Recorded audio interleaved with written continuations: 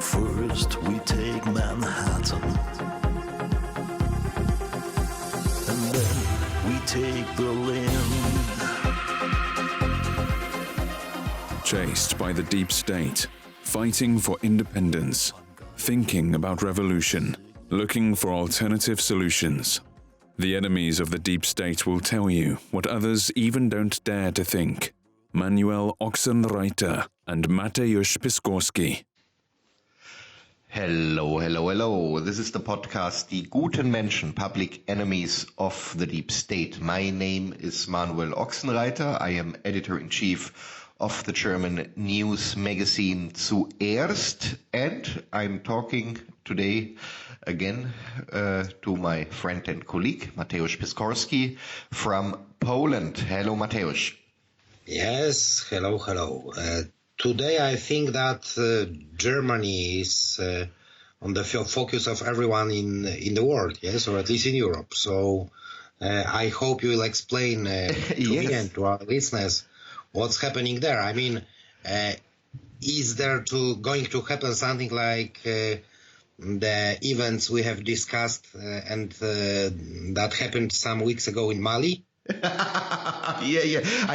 I was non-stop thinking about this, but no. But there is going something to happen.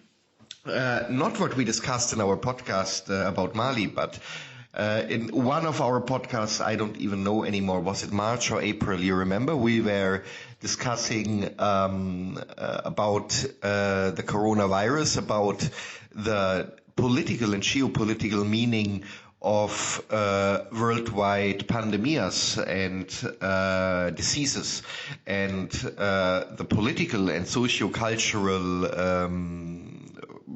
results of such diseases. And I think this is something we can now see in Germany. And what is interesting about this is, I mean, you might agree, since of course, not just because you are an expert and you know these things, but also because as a Polish citizen, you are a big friend and a big fan of Germany. So you will agree that... Yeah, I hope you don't have any doubt about that. Of course not. No, but the Germans are generally not the most revolutionary people in Europe. The Germans are not the ones. It takes a long time to make a German to go on the street.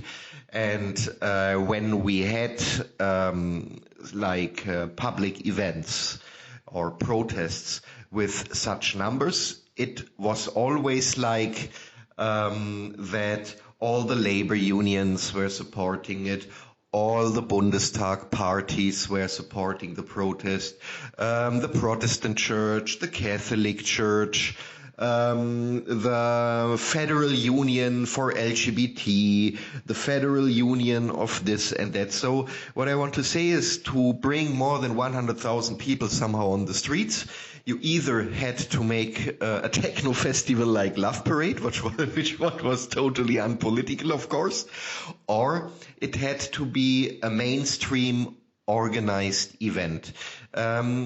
When some years ago, all of a sudden in Dresden, Pegida started, I think that was a first kind of awakening for the mainstream. There we had in the top times, and I don't know anymore when it exactly was, I think it was somewhere in 2015, 2016, when 20,000 people were protesting in Dresden mainly against the migration politics of Angela Merkel. There were around 20,000 people on the streets, while the churches condemned Pegida, the labor unions condemned Pegida, the Bundestag parties back then, we remember AfD was 2017 in the Bundestag, but before not. So they all condemned that. So that was a first surprise, that despite the mainstream and also all parties and all, let us call it civil society associations, were condemning and warning from Pegida, people were going there anyway. By the way, just for you to say, until today, every Monday, Pegida is still protesting in Dresden, and there are I don't know how many people coming there, but I see every Tuesday the reports that there was on Monday a Pegida protest. So this is somehow going on since 2015, 16, like this. So what we had now in Berlin was some kind of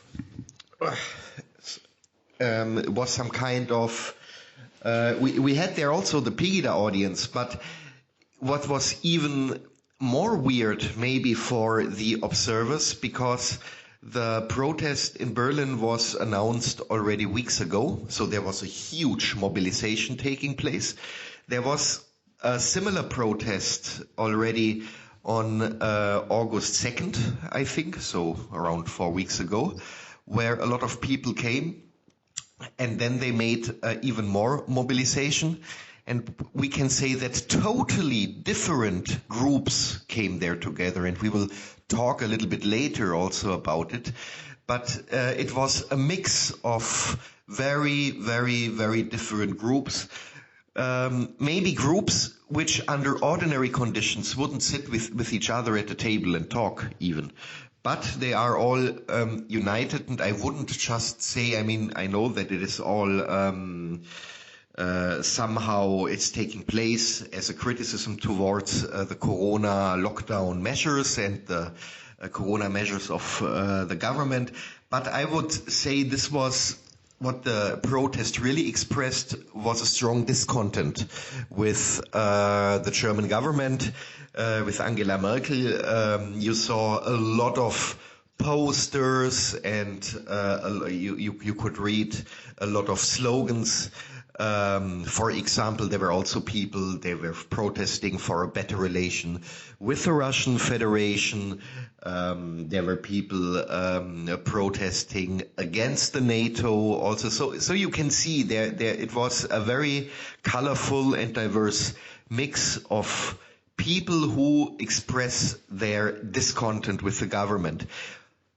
We don't know, by the way, how many people protested there on Saturday, since, and that is also important to know, you can neither trust the numbers given by the police, nor by the numbers given by the mainstream media, nor the numbers, of course, also given by the organizers of the protest. So we all know for protest organizers, it is very, very, very important to give a number which is absolutely high.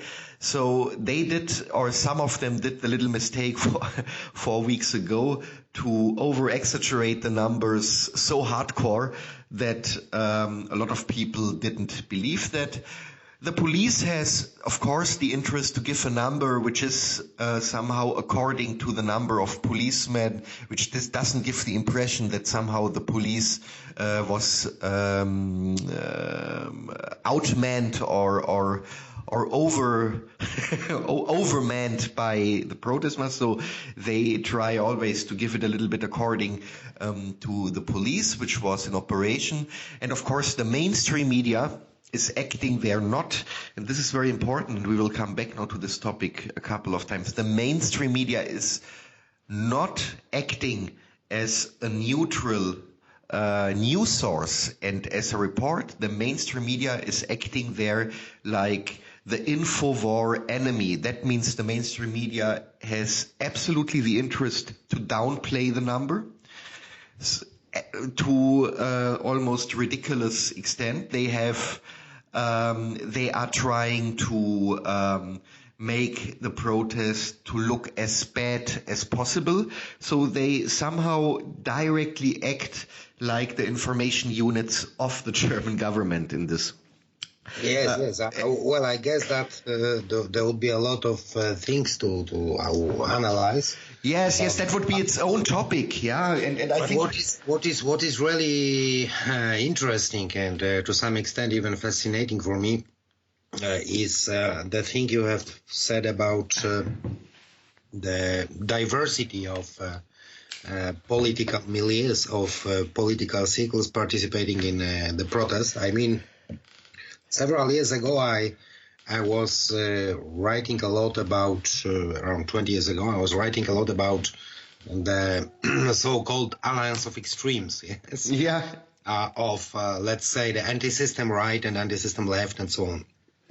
Then you remember that idea of Professor Alexandr Dugin, who tried to describe the political scene not as a division between traditional right and left, but rather as a division between, on the one hand, the let's say pro-system center, on the other hand, the circle, the area he called radical center, which actually united different anti-system movements, yes? And, of course, we know that because the media are focused on the so-called extreme right and things like that. So we know that there were some let's say, right-wing circles participating in the whole thing in Berlin. But could you tell me something about the other groups? I mean, I have also heard, but just a very little short information, that there were some radical leftists there. Yes, right? yes, of course. And that is the point. You have there a mix of people, and I would say you see, maybe we witness right now, of course, not just because of the day yesterday, but we witness the birth of something new. Yeah, whatever this is. And I was also thinking about Alexandr Dugin's Fourth Political Theory, and I think when we spoke some podcasts ago about new protest movements in Europe, we were also seeing that in the context of something new is coming. It doesn't just mean there's coming the radical right or the radical left or radical liberals. No, there is now something new. It's still in the process of creation. And who is all of them? So what do we have? We have, of course, on the one side, from the radical left, these are followers of many followers of the Partei Die Linke, which it as a party itself didn't support the protests, so they are already in the process of mainstreamation, if we can say it, as a party, but of course not their electorate and not their followers. So we had a lot of people from there. I think a lot of sympathizers of the Linke politician Sarah Wagenknecht, who I think has also internationally some popularity. Yeah, so she is somehow representative within the Linke for the non-system Linke. Yeah? She was not there personally. Yeah? No. She was not there personally. She's very careful. Anyway, she is invited into talk shows and expresses frequently her discontent with mainstream politics.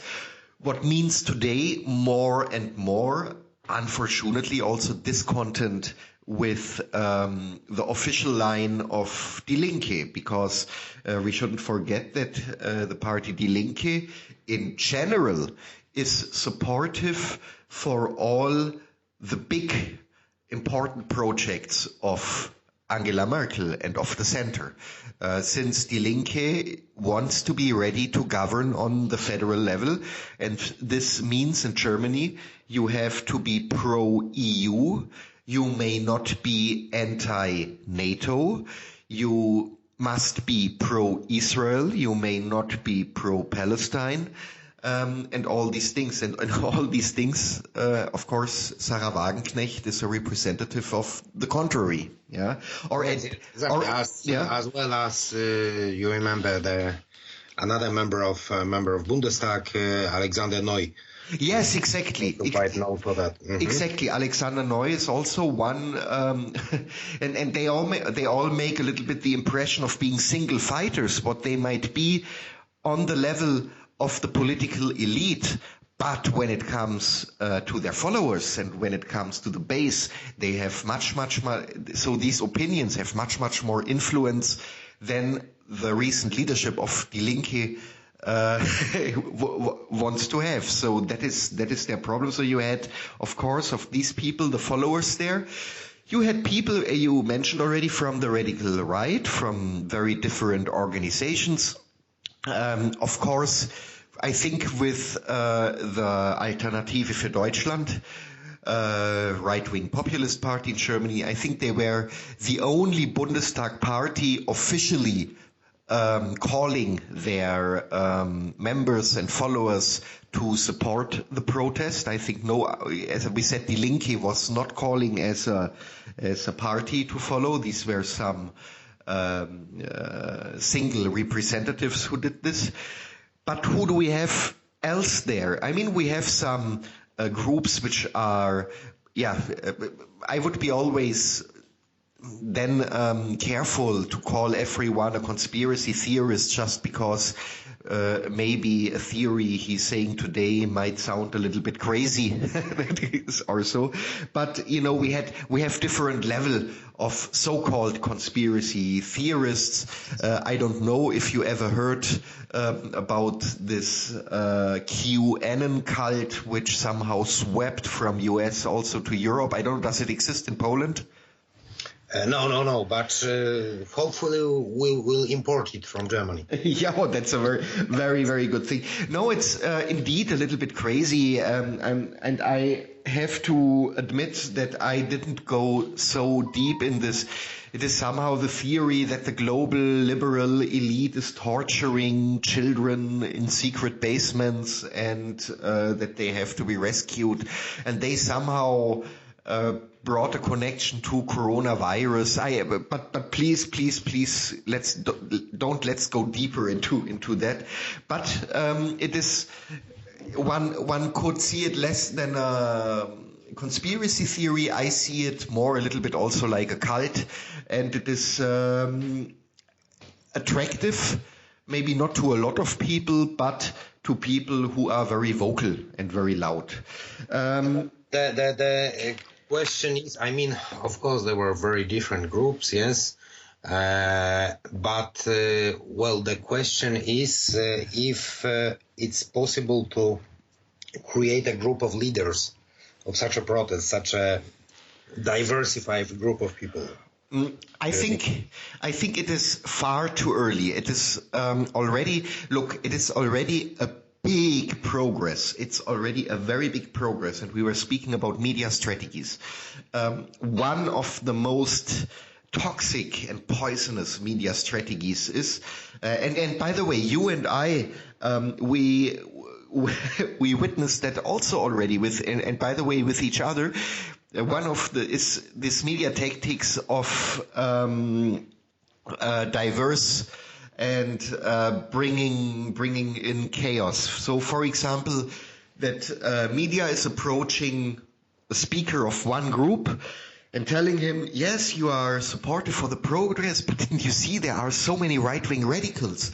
Do you want to distance yourself from them? And then to make someone talking bad about another group who is participating. Yes. And vice versa. You know, it is like when I was in 2016 when you were arrested, when we were all of a sudden approached. How can you be friend with him? You know, they are now doing this, and later on, when I had my scandal, when people ask you, how can you do? You know, this is the way how also they work with these protest movements, and in Germany, usually such things work. In Germany, it is enough then that you make people talking bad about each other in public, and then you can say, okay, this is already the beginning of the end of this movement. But exactly that didn't happen. Yeah, so you had their people very obviously being from very, very far right groups, walking beside other people. From a far left group, or from, for example, there were also people who are somehow supporting alternative medicine. Very shortly, we will also speak about the other groups, and the diverse strategy of the mainstream didn't work. So that is already a big progress. I think your question about a leadership is now far too early, because there is right now the first step that they don't do a public war against each other, inspired by mainstream parties and by mainstream media, what is already a lot. We had one protest and not 15 different protests from every little group which is participating, and that is also a progress. But to speak about the leadership, I think it is far, far too early, because for that, it is much more easy to express your discontent about something than to agree with each other about a content you are for, because I think there are so many differences, also political differences and cultural differences between these groups, that in the moment they would indeed try, for example, to write even a very blurry thesis about their mutual aims. I think it wouldn't work right now. Yeah, to answer your question. You remember, by the way, when last time the Polish guys tried to take Bundestag. I mean, it was Reichstag by then. No. Okay. No, tell me. Of course, they were not alone, but with their Soviet friends, yes? Anyway, the question is, because the mainstream media told us that the protesters were trying to seize Bundestag. And why I'm asking about this historical event, because you are talking about different people participating in it, and I personally know, because he informed me about that there was also a Polish member of parliament, Grzegorz Braun. From Federacja. Yes, exactly, from Confederation Parliamentary Group. So he was also probably, I don't have any detailed information, but it's quite probable that he was also trying to seize Bundestag, and that's the question. But just telling you, there was also I think Robert F. Kennedy Jr., the nephew of John F. Kennedy. So again, the Americans were protecting us. You see. Yeah. But the question is, about Bundestag. Were there any MPs, members of Bundestag, present on the whole event or not? There were members of Bundestag, mainly I just saw from AfD party, who were joining the march, but I didn't see that they were playing some special role. I didn't see them speaking or so. But if you just go, for example, on the Twitter or Facebook pages of German AfD members in the Bundestag, you will see everywhere, or almost everywhere, pictures of the protest. But what you said, that is this Sturm auf den Bundestag. Yeah, the storm. What did we see yesterday? This is very interesting, because I think these pictures are now scandalized all over the world, and I think also that these will be the pictures which will be used in future by the government to oppress such things. They will say, "Yeah, look what these people are doing." But what happened? You have been yourself already to the Bundestag, right? You know how it looks like today, the old building. So what you have there you have this old building, and there are stairs going up. And what happened was that a small group of protesters realized that there were only standing 2-3 policemen on these stairs. They were switching on the cameras, the protesters, and then they were running up the stairs.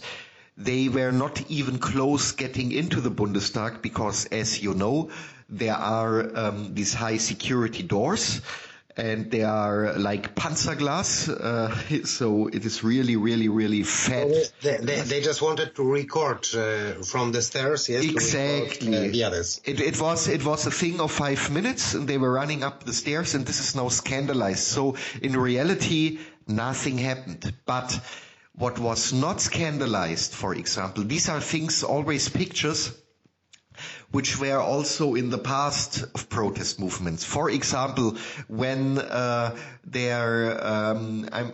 not sure, there was this protest some 2 years ago or 3 years ago about these questions of the copyright laws in the EU, which was supported by Pirate Party and so on.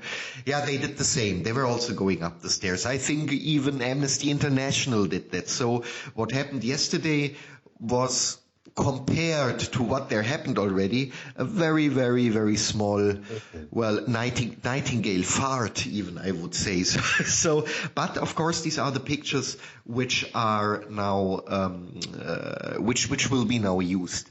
More or less a symbolical thing. After 5 minutes, they came with pepper spray, and so the whole show was over.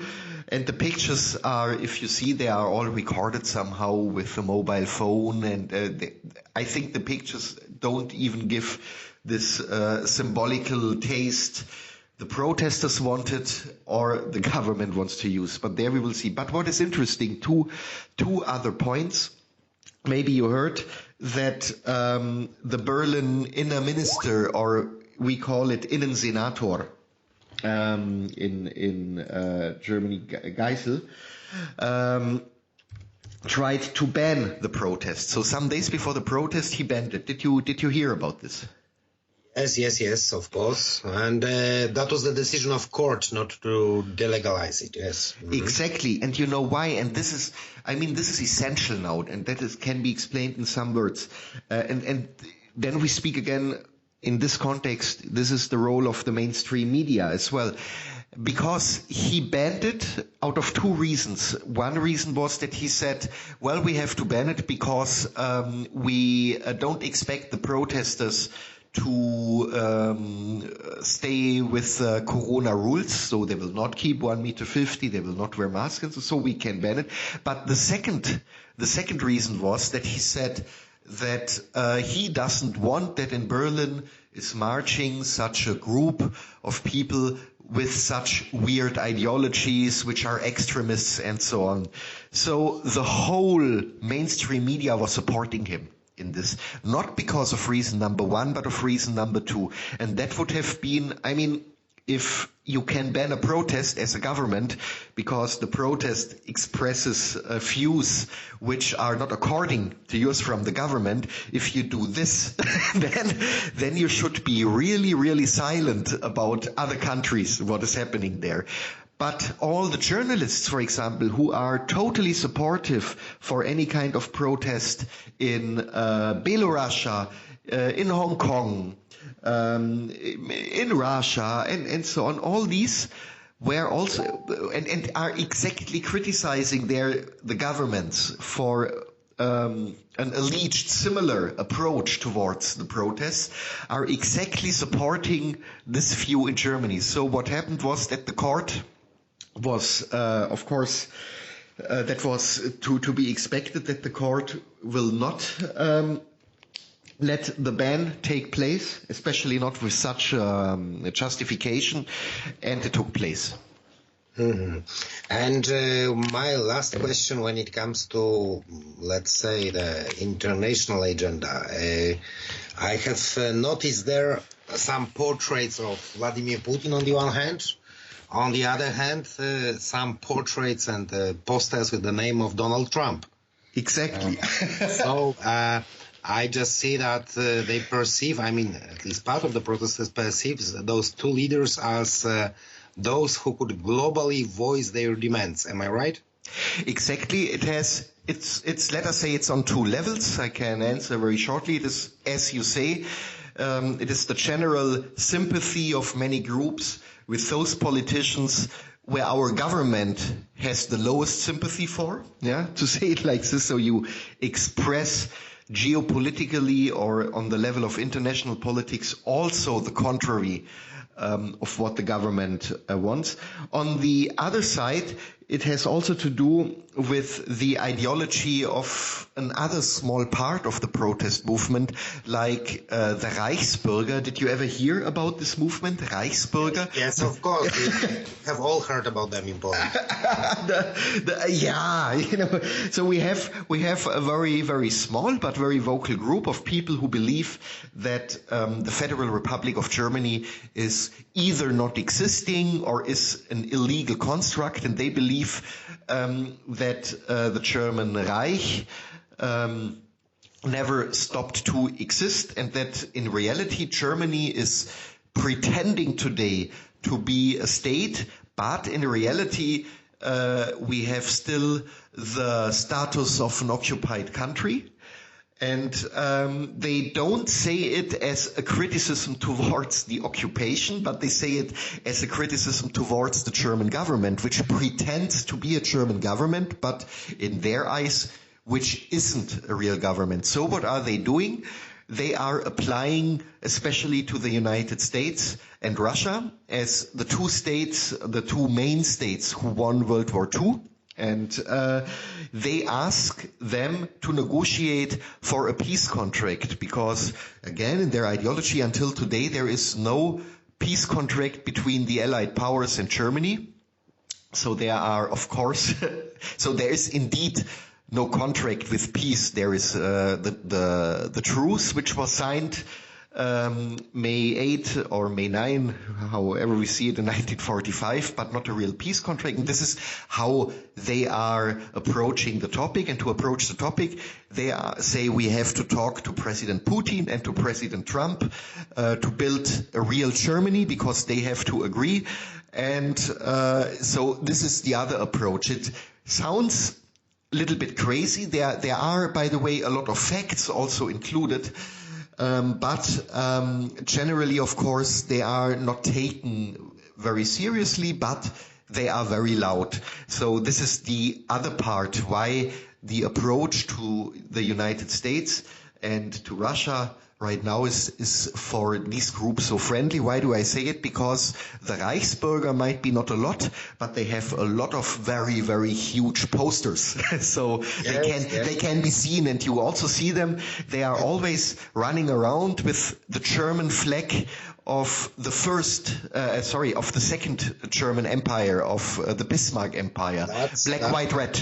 Yeah, so this is how you see where they are. They have these big flags, and they are always appealing mainly to Trump and to Putin to negotiate how to reinstall the Reich. Yeah. On the one hand, it's all very, let's say, simplistic.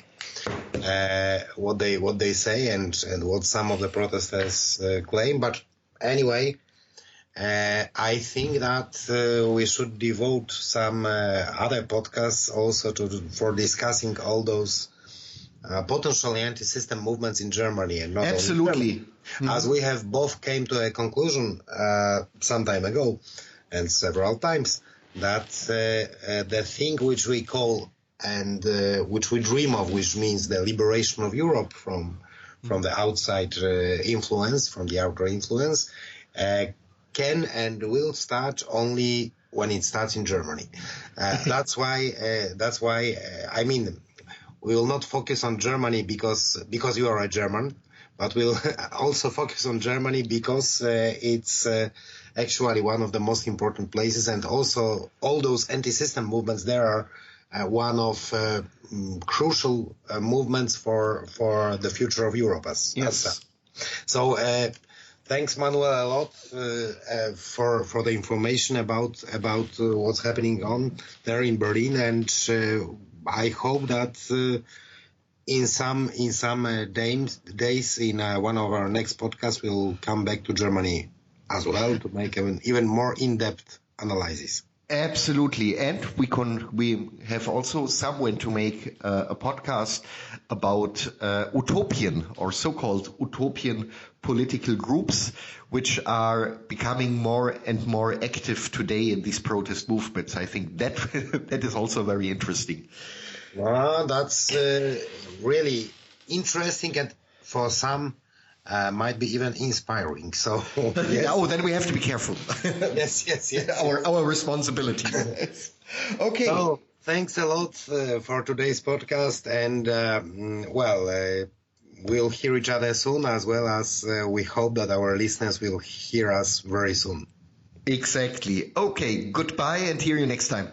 Thanks. Hear you soon. This program was presented to you by Manuel Ochsenreiter and Mateusz Piskorski, the hottest dissident who won't violate any time. The global rules against racism, extremism, or any other bad isms.